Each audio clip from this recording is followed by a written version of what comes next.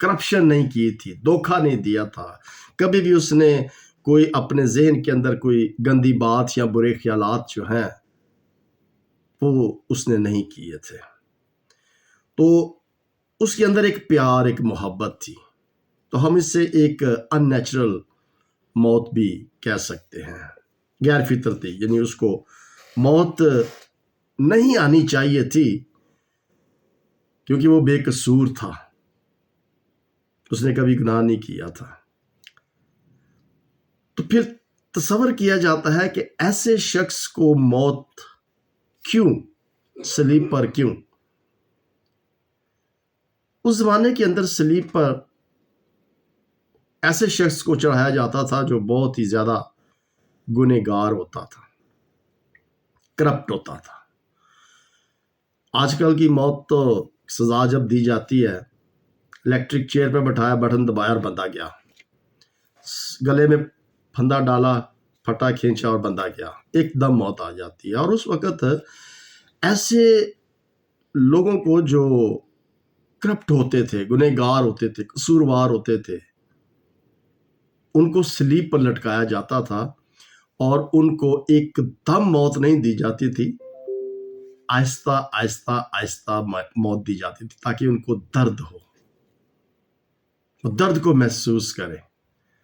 اور ہم جانتے ہیں کہ یسوع مسیح کو وہ ایک پت ملی مے جو تھی وہ بھی پلانے کی کوشش کی تھی اور یسوع نے نہیں پی تھی. اور یہ پت ملی جو مے تھی یہ وہ ہوتی ہے جو فوجی پیا کرتے ہیں، کیونکہ ان کو اگر کوئی چوٹ لگ جائے تو ان کو درد محسوس نہ ہو.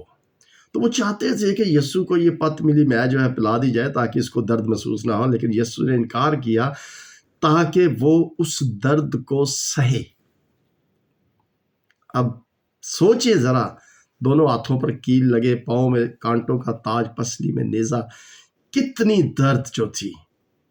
اور یہ یسوع مسیح کے الفاظ جو صلیب پر اس نے کہے تھے، یہ وہ آخری الفاظ، جب انسان مرنے کو ہوتا ہے نا تو اس کے آخری الفاظ جو ہوتے ہیں وہ بڑے ہی قدر و قیمت رکھتے ہیں. اور اچھی بات ہے کہ جب ہم ان ایام کے اندر مسیح یسوع کے ان آخری لمحات کے جو الفاظ ہیں، کلمات ہیں یا سٹیٹمنٹس ہیں، ان کو یاد کرتے ہیں. اور اس کے پیچھے ایک بڑا گہرا لیسن ہے جو خداوند یسوع مسیح نہ صرف اس وقت کے لوگوں کو بتا رہے تھے، بلکہ اگر کلام مقدس کے اندر یہ درج ہے، اس کا مطلب ہے کہ یہ میری اور آپ کی زندگی کے لیے بہت ہی انتہائی ضروری یہ الفاظ ہے. لیکن ہم دیکھتے ہیں کہ یسوع کی یہ غیر فطری موت اس لیے ہوئی کیونکہ وہ پاک تھا، غیر فانی تھا، لیکن اس کو یہ موت اس لیے سہنا پڑی کیونکہ اس نے تو کبھی کوئی گناہ نہیں کیا تھا، کوئی غلطی نہیں کی، کوئی برے خیال نہیں کیے تھے، لیکن میری اور آپ کی جو گندگی ہے وہ اس پر لاد دی گئی تھی. گناہ تو گناہ ہی ہے نا، میں گندگی کہوں گا. میری اور آپ کی گندگی جو تھی وہ اس پر ڈال دی گئی تھی. اور یہ یسوع مسیح نے خود، اس سے ہم اگر یہ کہتے ہیں سپر نیچرل موت، یعنی کہ موقوف الفطرت، سپر نیچرل، کیونکہ اس نے اپنے آپ کو خود سہنے کے لیے، یہ موت سہنے کے لیے، درد سہنے کے لیے پیش کیا تھا، سپر نیچرل موت. اور آج کوئی بھی ایسا شخص نہیں ہے جو کسی کے لیے اتنی زیادہ درد کو سہے، اور پھر بھی وہ شخص جس نے خود کبھی کوئی گناہ، کوئی غلطی، کوئی قصور جو ہے وہ نہ کیا ہو. آج اس جملے پر ہم غور کرتے ہیں کہ جو سب سے پہلا جملہ خداوند یسوع مسیح نے کہا تھا کہ اے باپ انہیں معاف کر کیونکہ یہ جانتے نہیں کہ کیا کرتے ہیں یا کیا کر رہے ہیں. بظاہر تو یہ ایک معافی کا کلمہ ہم اسے کہتے ہیں، لیکن میں اسے ایک اور انداز سے دیکھتا ہوں. ٹھیک ہے، اس نے کہا کہ انہیں معاف کر دے. میں اس کو ایک پیشن گوئی بھی دیکھ رہا ہوں کہ یہ ایک پیشن گوئی بھی تھی. اگر ہم یسایہ نبی کے صحیفے میں دیکھیں، اس کا 53 چیپٹر نکالیں.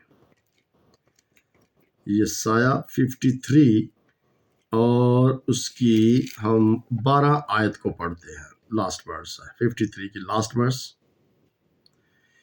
اس لیے میں اسے بزرگوں کے ساتھ حصہ دوں گا اور وہ لوٹ کا مال زور آوروں کے ساتھ بانٹ لے گا، کیونکہ اس نے اپنی جان موت کے لیے انڈھیل دی اور خطا کاروں کے ساتھ شمار کیا گیا، تو بھی اس نے بہتوں کے گناہ اٹھا لیے اور خطا کاروں کی شفاعت کی. اس نے خطا کاروں کی شفاعت یعنی کہ اس نے سفارش کی. اور یہ لفظ ہم سب اچھے طریقے سے سمجھتے ہیں کہ سفارش جب کسی کی جاتی ہے، نوکری پہ جب لگایا جاتا ہے تو پھر سفارش جو ہے بھائی شمان وہ لازمی ہے. پاکستان کے اندر سفارش کے بغیر جو ہے نوکری نہیں ملتی. کوئی بھی کام ہے اس کو کرنے کے لیے سفارش جو ہوتی ہے وہ بڑی ضروری اور اہم ہوتی ہے. اب یہاں پر ہمارا نجات دہندہ باپ کے سامنے ایک پکار کر رہا ہے، التجا کر رہا ہے، سفارش کر رہا ہے، میری اور آپ کی، خطا کاروں کی، سب کی. ہم سب جتنے بھی سن رہے ہیں، یسو باپ کے سامنے میری اور آپ کی شفاعت کر رہا ہے، سفارش کر رہا ہے، انہوں معاف کر دے. اب یہ بڑی پیشن گوئی تو خیر یہ 745 سال پہلے یہ گواہی جو تھی یسایہ نبی کے صحیفے میں لکھی گئی. لیکن اس پکار کے اندر وہ اپنے لوگوں کی ایک نمائندگی کر رہا ہے. بینگ ایز اے ایمبیسیڈر جیسے ہوتا ہے نا، ملک کی نمائندگی کی جاتی ہے، تو وہ یہاں پر اپنے لوگوں کی نمائندگی کر رہا تھا. کبھی یہ آپ سمجھتے اچھی طریقے سے کہ سفارش جو ہے وہ کس طریقے سے کی جاتی. تو ایک قسم کی یسوع یہاں پر سفارش میری اور آپ کی کر رہا تھا، ان کو معاف کر دے. باپ سے وہ کہہ رہے ان کو معاف کر دے، یعنی کہ مجھے اور آپ کو، ہم یہی سمجھتے ہیں کہ اس وقت جو لوگ اس کو مار رہے تھے اس کی ان کو کہہ رہا تھا انہوں نے معاف کر دے، پھر مینوں مارن ڈے. نہیں، وہ اپنی مار کی پرواہ نہیں کر رہا تھا کہ مینوں مارن ڈے نے تے باپ انہوں نے معاف کر دے، غلطی کرن. نہیں، وہ وہاں پر معافی باپ سے میرے اور آپ کے گناہوں کی مانگ رہا تھا. سوچے کہ انہوں نے غلطی کی تھی، انہوں نے معاف کر دے. میرے اور آپ کے گناہوں کے لیے وہ قربان ہو رہا تھا نا. تو پھر معافی کن کی تھی؟ میری اور آپ کی وہ معافی مانگ رہا تھا. ہم یہی سمجھتے ہیں کہ ہم کیل ٹھوکر ڈے معاف کر دے، انہوں نہیں پتا. سوچئے گا کہ آج ہمیں بھی نہیں پتا کہ ہم نے کیا کیا ہے، ہم کیا کر رہے ہیں. اب میں اس کو اس طریقے سے دیکھتا ہوں، انہوں نے معاف کر دے. اب یہ بس سوال پیدا ہوتا ہے نا کہ جملہ جو بولتا ہے ان کو معاف کر دے. کیوں بھائی کی کیتا ہے نا؟ یعنی کہ سوال بنتا ہے نا اس کے اندر، کیوں معاف کر دے؟ اس لیے کہ انہوں نے غلطیاں کی ہیں، انہوں نے گناہ کیے ہیں، ان کے گناہ میرے ذمہ لگا دے. اب یہ یسوع نے یہاں پر معافی کے لیے دعا نہیں کی تھی کہ مینوں مارن ڈے نے تے انہوں نے معاف کر دے. نہیں، اس نے میرے اور آپ کے گناہوں کے لیے اپنے لیے اس نے کوئی خدا سے اس نے اپنے لیے کوئی ایسی سفارش نہیں کی تھی کہ جی آپ انہوں کیا نہ کرن، نہ مارن. نہیں، یہ بات نہیں تھی. یسوع نے اپنی معافی کے لیے دعا نہیں کی تھی کیونکہ اس نے تو کبھی گناہ ہی نہیں کیا تھا. اگر وہ اپنی معافی مانگتا، مینوں معاف کر دیو، میں غلطی کیتی ہے، تو اٹ مینس کہ اگر میں معافی مانگ رہا ہوں اپنے خدا سے تو اٹ مینس کہ یہ ثابت ہو رہا ہے کہ میں گنہگار ہوں، میں نے غلطی کی ہے. ٹھیک ہے، معافی مانگنے والا شخص وہ تسلیم کر رہا ہے کہ میں گنہگار ہوں، مینوں معاف کر دو، میں غلطی کی تھی، میں چوری کی تھی. لیکن یسوع مسیح اپنے گناہوں کی معافی نہیں مانگ رہا تھا، وہ میرے اور آپ کے گناہوں کی معافی مانگ رہا تھا. اگر یسوع کی زندگی پر ہم سب جانتے ہیں 33.5 سال جو یسوع مسیح نے زمین پر یہ دورانیہ جو گزارا تھا، اس دورانیہ کے اندر یسوع نے کبھی بدی نہیں کی تھی، کبھی گناہ نہیں کیا تھا، کبھی جھوٹ نہیں بولا تھا، کبھی کوئی کرپشن نہیں کی تھی، کبھی کوئی گندے خیال ذہن کے اندر نہیں آئے تھے. تو یہ 33.5 سال کا عرصہ جو یسوع مسیح نے زمین پر گزارا، that is a kind of an example for us, ہمارے لیے. یعنی کہ وہ ایک دم آتا مر جاتا چلو جی گل نہیں، اس کا ایک انسان بننے کا بھی ایک مقصد تھا، اس کا یہ زمین پر یہ دورانیہ گزارنے کا بھی ایک مقصد تھا، تاکہ میں اور آپ یسوع کی زندگی سے اس بات کو تسلیم کریں کہ how we should live in this world, کہ کس طرح سے یسوع نے زندگی کو گزارا اور کس طرح سے ہمیں زندگی کو اس زمین پر گزارنا ہے.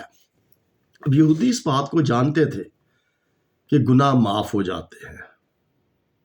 اگر آپ لوکا رسول کی انجیل کے اندر دیکھیں اور اس کا 7واں باب دیکھیں تو یہودی جو تھے وہ اس بات کو جانتے تھے. یہ جو کہتے ہیں نا یہ کفر کی بات، کفر کا مطلب کیا ہے؟ کفر کا مطلب ہے کہ اپنے آپ کو خدا کے برابر کہنا. تو یسوع جب گناہ معاف کرتا تھا تو وہ یہودی یہی کہتے تھے کہ یہ کون ہوتا ہے گناہ معاف کرنا والا، یہ کوئی خدا لگا ہے؟ اصل میں ان کا مطلب یہی تھا نا کہ مرکز کے اندر بھی لکھا ہوا، میں اس کو حوالے کو زیادہ پڑھنا نہیں چاہوں گا لیکن آپ خود حوالے کو دیکھ لینا. لوکا 7 باب اس کی 48 میں اور پھر مرکز 2 باب اور اس کی 7 آیت میں لکھا ہے کہ یہ کفر بکتا ہے، گناہ معاف کرتا ہے. سو گناہ معاف کرنے کا اختیار جو ہے وہ صرف اور صرف خدا کو ہے. تو جب وہ گناہ معاف کرتا تھا تو وہ کہتے تھے کہ یہ کفر بکتا ہے، اس کو اس جرم میں پھنسایا جائے. تو یہودی یہ جانتے تھے کہ یہ جو پکار آج انسانوں کے لیے وہ کر رہا ہے یہ بڑی ضروری پکار تھی کہ ان کے گناہ، یعنی کہ انسانوں کے، میرے اور آپ کے گناہ جو ہے وہ معاف کر دیے. کیا ایسی دعا کبھی میں نے اور آپ نے کی ہے؟ اے خداوند سیمول دے گناہ معاف کر دے، بھائی یوسف دے گناہ معاف کر دے. میں نے کبھی نہیں ایسی دعا کی. ہاں آپ دیکھیں یسوع نے یہاں پر اپنے صلیب سے اترنے کے لیے دعا نہیں کی تھی. یسوع نے کوئی پیسوں کے لیے دعا نہیں کی تھی. یسوع نے کوئی شفاعت کے لیے دعا نہیں کی تھی. یعنی کہ آج ہم دعا کرتے ہیں مینوں وڈا گھر دے دے، مینوں وڈی گڈی دے دے، ایسی دعا کرتے میرے پیسے نہیں ہیں مجھے یہ دے دے، مجھے وہ دے دے، دے دے دے دے دے دے کہ ہم دعا کرتے ہیں. لیکن کیا کبھی ہم نے کسی دوسرے کے لیے یہ دعا کی ہے کہ اے خداوند انہاں لوکاں نوں معاف کر دے انہاں نے جڑیاں غلطیاں کیتیاں نے. سو ان کی معافی کے لیے، یعنی کہ میری اور آپ کی معافی کے لیے اس نے دعا کی. اب اس کی مثال ہم دیکھتے ہیں مصرف بیٹے کی. اب مصرف بیٹے نے جب اپنے باپ کے پاس آیا تو اس نے معافی مانگی. اب معافی مانگنے کا مطلب ہے کہ تسلیم کرنا کہ میں نے غلطی کی ہے. اب مصرف بیٹے نے کیا غلطی کی تھی وہ ہم سب جانتے ہیں. اور جب باپ کے پاس وہ چلا جاتا ہے تو باپ نے اسے پھر کیا دیا؟ سب کچھ اسے دے دیا. اچھے کپڑے دے دیے، اے میرا کوٹ نواں جے، ٹھیک ہے، اچھے کپڑے، نئی ٹائی، لمبا سا چوگا، انگوٹھی، اچھے کھانے. صرف اس نے اقرار کیا کہ میں گنہگار ہوں، باپ نے معاف کر دیا اور اس کو سب کچھ مل گیا، گھر بھی مل گیا. اسی نے دعا کرنا ہے بنگلے کوٹھی دے لئی. نہیں، ہمیں صرف اور صرف دعا کرنی ہے میرے